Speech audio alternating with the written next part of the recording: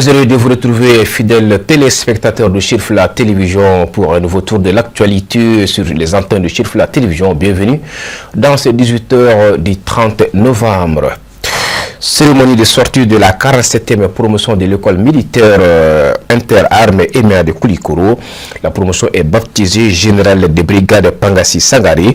Cette sortie de 343 jeunes officiers prêts à intégrer les forces armées était présidée par le président de la transition et chef suprême des armées, le général d'armée Assimi Goïta, que je vous propose d'écouter ici au micro de nos reporters. Avec un immense plaisir, en présidant cette cérémonie qui est devenue désormais une tradition bien ancrée dans la vie des forces armées, de défense et de sécurité. La remise des épaulettes aux 343 officiers marque non seulement la fin de leur formation, mais le début de leur carrière dans les forces armées de défense et de sécurité. Et cela s'inscrit en droite ligne de la vision des autorités de la transition, qui est de disposer une armée à la hauteur des menaces qui caractérisent notre environnement national et international. Je voudrais remercier le peuple malien et saluer surtout la résilience du peuple malien qui a très vite compris depuis le début de la transition de soutenir les orientations des outils de la transition et qui est de refonder notre outil de défense. Et cela passe forcément par les ressources humaines, c'est-à-dire bien recruter, avoir une formation adaptée et assurer le bien-être non seulement du soldat et de sa famille et améliorer les conditions de vie et de travail. Et cela passe forcément aussi par les équipements des forces armées et de défense à la hauteur de la menace et surtout la mission. Donc c'est la combinaison de ces différents éléments qui détermine non seulement la capacité, la puissance et la montée en puissance d'une armée. Et quand nous regardons aujourd'hui l'environnement géopolitique, les tensions des groupes armés terroristes auxquels notre pays fait face, et cela exige de nous non seulement de s'adapter de façon permanente, aussi de construire un outil de défense robuste et professionnel, capable de se déployer, de se projeter en tout temps, en tous lieux, en toutes circonstances, pour la défense opérationnelle du territoire national, la sécurité des personnes et de leurs biens, mais surtout de défendre tout ce qui est non seulement la souveraineté économique, comme vous le savez aujourd'hui, avec le changement des objectifs des cibles des groupes armés terroristes, en fonction des orientations de leurs sponsors étrangers, nous devons non seulement nous adapter et surtout construire une armée digne de ce nom, capable d'assurer la défense de la patrie. Aux officiers de la promotion fait général de brigade Pangassi Sangare, je voudrais d'abord les féliciter, les encourager, en ayant comme parrain le général de brigade Pangassi Sangare, qui a été un modèle, une référence dans notre armée. Et il a gravé tous les échelons, du nouveau chef de peloton jusqu'au chef général des armées, chose rare dans notre armée. Donc ils sont désormais appelés non seulement à ne pas démériter, à faire preuve de leadership, d'engagement et surtout de professionnalisme. Ils doivent désormais retenir que la puissance d'une armée ne vaut que par la valeur des hommes et des femmes qui la composent. Donc désormais ils sont appelés non seulement à se former davantage et surtout à prendre soin de leurs subordonnés sans lesquels aucune réussite ne sera possible. Donc je voudrais leur demander que face à la complicité et à la menace terroriste, ils doivent avoir un esprit de sacrifice, un engagement constant et surtout une détermination et une dignité face à l'adversité. Autre cérémonie, cette fois-ci, celle d'ouverture officielle du 3e congrès de la Société malienne d'imagerie médicale SOMIM a eu lieu le vendredi au Centre international de conférences de Bamako, marquant ainsi le coup d'envoi d'un événement majeur scientifique pour le secteur de la santé. La cérémonie était présidée par le ministre de la Santé et du Développement social, Amadou Kamara, pour les commentaires. Le 3e congrès de la Société malienne d'imagerie médicale a débuté ce vendredi en fin d'après-midi, marquant un temps fort pour le secteur de la santé au Mali. Il réunit des professionnels, spécialistes, enseignants, universitaires, techniciens, chercheurs et partenaires du secteur médical, ensemble pour la richesse de solutions durables aux problèmes. C'est une rencontre de la Société malienne d'imagerie médicale. Ça veut dire un congrès que nous organisons.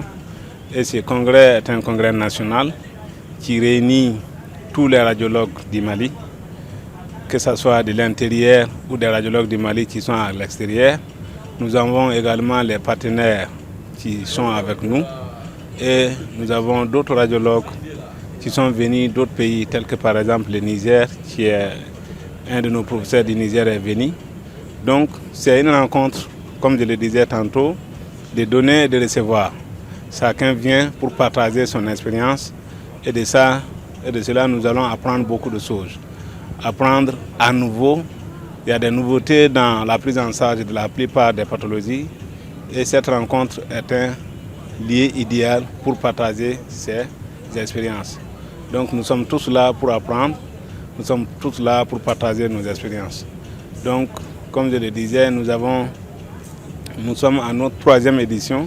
La première édition a été faite en 2002, la deuxième édition en 2017 et cette année nous sommes à notre 3e édition. Donc ce congrès, vraiment, c'est un lieu où tout le monde apporte ce qu'il fait dans n'importe quel coin où il est. Donc ce qui nous permet de prendre en charge les malades, que ce soit au Mali ou à l'extérieur. Dans son intervention, la ministre de la Santé a félicité l'élan novateur insufflé par la SOMIM, dont les efforts visent à élever les niveaux de qualité du diagnostic au Mali. Elle a insisté sur le rôle stratégique que joue l'imagerie médicale moderne. Selon elle, l'utilisation d'outils performants est indispensable pour assurer une prise en charge rapide et digne de confiance des patients, ce qui est fondamental pour l'amélioration globale du système de santé national et la modernisation des équipements hospitaliers. C'est un honneur pour moi d'être parmi vous aujourd'hui pour présider ce congrès consacré à la radiologie et à l'imagerie médicale, un rendez-vous devenu incontournable pour l'ensemble de notre communauté médicale et scientifique. Discipline au cœur de la médecine moderne, la radiologie occupe une place stratégique dans notre système de santé. Elle est, pour beaucoup de patients, la première étape vers un diagnostic fiable, une décision thérapeutique éclairée et un suivi de qualité. Qu'il s'agisse de la radiologie conventionnelle, de l'échographie, du scanner, de l'IRM, de la médecine nucléaire ou encore de l'imagerie interventionnelle, vos travaux contribuent chaque jour à sauver des vies, à raccourcir les délais de prise en charge et à améliorer le pronostic de nombreuses pathologies.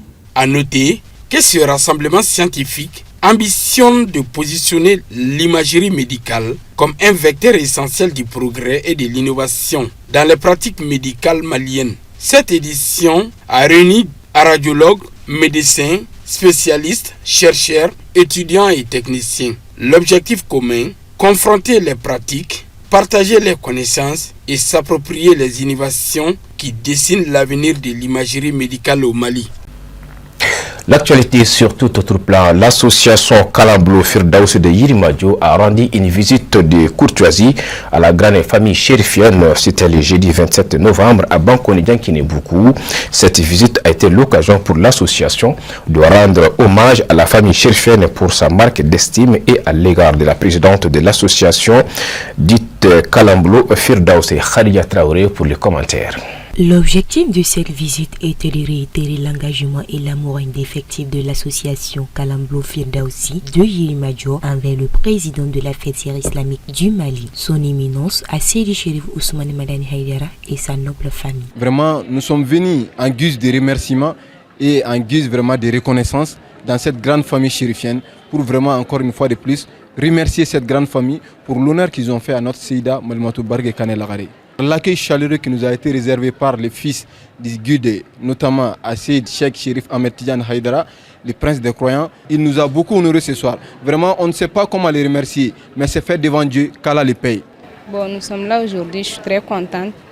Précisément, nous les jeunes filles et jeunes femmes du Kalamblo Janatul Firdaus, avec notre Seyda Malmatou Barkikane. La femme qui a été toujours là pour nous, les jeunes filles et jeunes femmes du Kalamblo Janatul Firdaus, pour nous guider vers le bon chemin. On remercie également la famille chérifienne, précisément Cheikh Ahmed Tidjani Haïdara. Nous sommes venus aussi pour prendre beaucoup de bénédictions auprès d'eux, pour que Allah subhanahu wa ta'ala paie beaucoup de baraka dans notre association. Les membres de l'association ont procédé à une remise d'attestation de reconnaissance au prince héritier de la famille Haïdara, Assid Chérif Ahmed Tidiane Haïdara, qui a exprimé sa gratitude à cet acte de reconnaissance. Cette visite de courtoisie a permis de renforcer les liens entre l'association Kalamblo Firdaus de Yilimadjo et la famille chérifienne et de réaffirmer un engagement mutuel. Nous restons avec la famille chérifienne. Madame Haïdara Nastou Traoré, épouse de Seyyid Chérif Ahmed Tidiane Haïdara, a organisé une journée de nettoyage au centre de santé Chérifla dans le cadre de l'anniversaire de Seyda Fatma Zahra, la fille du saint prophète Mohammed, paix et salut sur lui.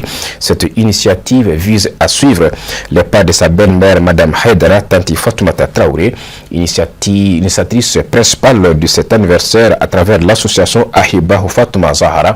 Nous retrouvons Khadija Traoré pour les commentaires. Cette séance de nettoyage a vu une forte participation, témoignant de l'engagement de la communauté envers la santé et le bien-être. Cette démarche de Mme Haïdara Nastou Traoré, épouse de Seyyid Chérif Ahmed Tidiane Haïdara, est vivement saluée par l'association Aïbao Fatima Zahra. Que Nastou organise cette activité au nom des malades qui se trouvent dans cet hôpital-là, je le place dans le cadre de la générosité et du social. Donc nous, on ne peut que la remercier et la prodiguer, la faire des bénédictions aussi. Parce qu'elle est sortie massivement avec ses amis, ses parents et son association aussi, pour venir en aide à sa mère, en la personne de Mme Haïdara Fatima Traoré, parce que c'est elle qui organise l'anniversaire de Fatouma Zahra. Donc elle est venue en aide à sa mère. Donc on ne peut que la remercier. Le porte-parole des médecins du centre de santé Chérifla apprécie à juste titre le geste. Mme Haïdara Nastou, elle-même, elle est agent de santé ici, elle est sage-femme. En même temps, si elle a eu l'idée de l'organiser des nettoyages au sein des centres de santé Chérifla, c'est vraiment à saluer. Parce que qui parle de nettoyage parle de l'ordure ou de la saleté. Donc si le centre n'est pas propre, les gens vont venir, peut-être ils vont voir que le centre est vraiment sale. Donc ils vont sortir avec des mauvaises idées. Donc si elle a l'initiative d'organiser les nettoyages, vraiment elle est à saluer, elle est à féliciter. Et merci vraiment pour l'initiative. Et puis nous-mêmes, nous allons entreprendre cette initiative aussi, peut-être nettoyer les centres de santé dans la semaine une seule fois ou bien dans les mois deux fois. Cette initiative illustre l'importance de l'engagement communautaire et de la solidarité envers les plus démunis. À présent, Moussa Fomba nous commente l'essentiel du reste de l'actualité en brève et en images.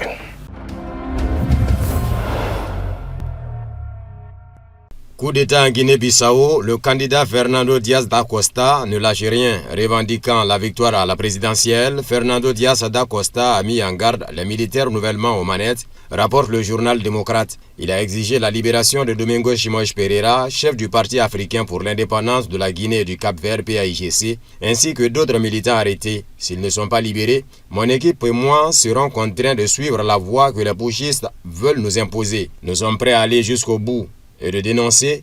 Il s'agit d'un coup d'État fabriqué de toutes pièces, fondé sur des mensonges. Le 23 novembre, les élections se sont tenues en Guinée-Bissau. Le 26 novembre, avant même la proclamation des résultats, des militaires avaient annoncé prendre le pouvoir, destituant le président sortant Sissoko Ambalo, qui avait lui aussi revendiqué la victoire.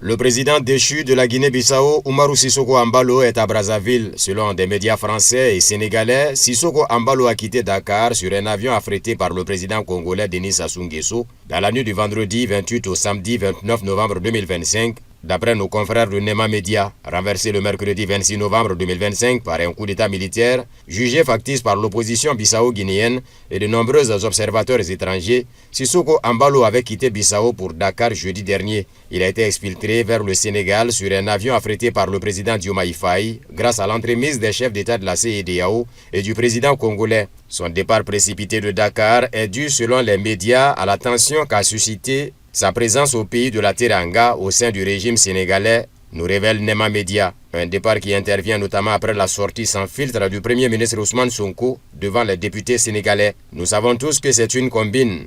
Je ne vais pas m'étaler sur la situation de la Guinée-Bissau. Ce qui s'est passé relève des attributs du président de la République. Toutefois, nous sommes tous libres de commenter. Ce qui s'est passé en Guinée-Bissau, nous savons tous que c'est une combine. Et ce n'est pas normal, a déclaré Ousmane Sonko, qui a également appelé à la poursuite du processus électoral en Guinée-Bissau, interrompu par les putschistes à la veille de la proclamation des résultats de l'élection présidentielle. Goodluck Jonathan accuse Embalo d'avoir fomenté une mascarade et exige la publication des résultats de l'élection. L'ex-président nigérian a vigoureusement dénoncé ce qui s'apparente pour lui à un simulacre de coup d'État orchestré par Umaru Sissoko Embalo lui-même.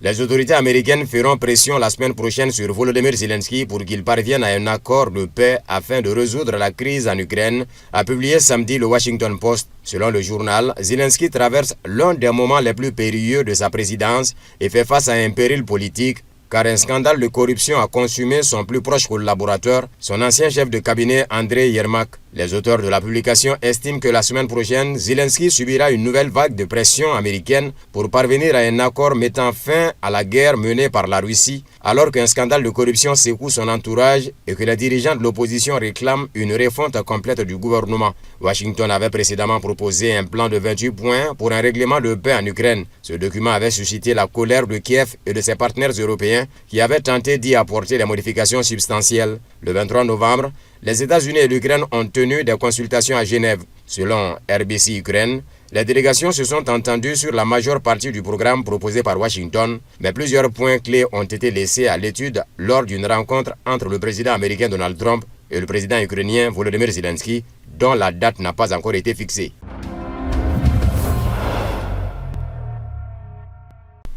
Lors d'un appel téléphonique, le président américain Donald Trump a déclaré au dirigeant vénézuélien Nicolás Maduro que Washington pourrait envisager le recours à la force s'il ne quittait pas le pouvoir de son plein gré, a rapporté le Wall Street Journal, citant des sources. La publication affirme que les deux dirigeants ont également évoqué une possible amnistie pour Maduro et son entourage. Durant le premier mandat de Trump en mars 2020, les États-Unis ont inculpé Maduro et plusieurs autres responsables gouvernementaux pour narcoterrorisme et offert une récompense de 15 millions de dollars pour toute information menant à l'arrestation et ou à la condamnation du président vénézuélien. Début août de cette année, Washington a porté cette récompense à 50 millions de dollars pour toute information permettant la capture de Maduro. Les médias américains ont rapporté à plusieurs reprises que les États-Unis pourraient bientôt lancer des frappes sur le territoire vénézuélien. Jeudi, Trump a déclaré que Washington allait très prochainement entamer une lutte contre le trafic de drogue au sol en provenance du Venezuela, sans toutefois préciser la nature des opérations militaires envisagées. Samedi, le président américain a demandé la fermeture totale de l'espace aérien au-dessus et autour du Venezuela.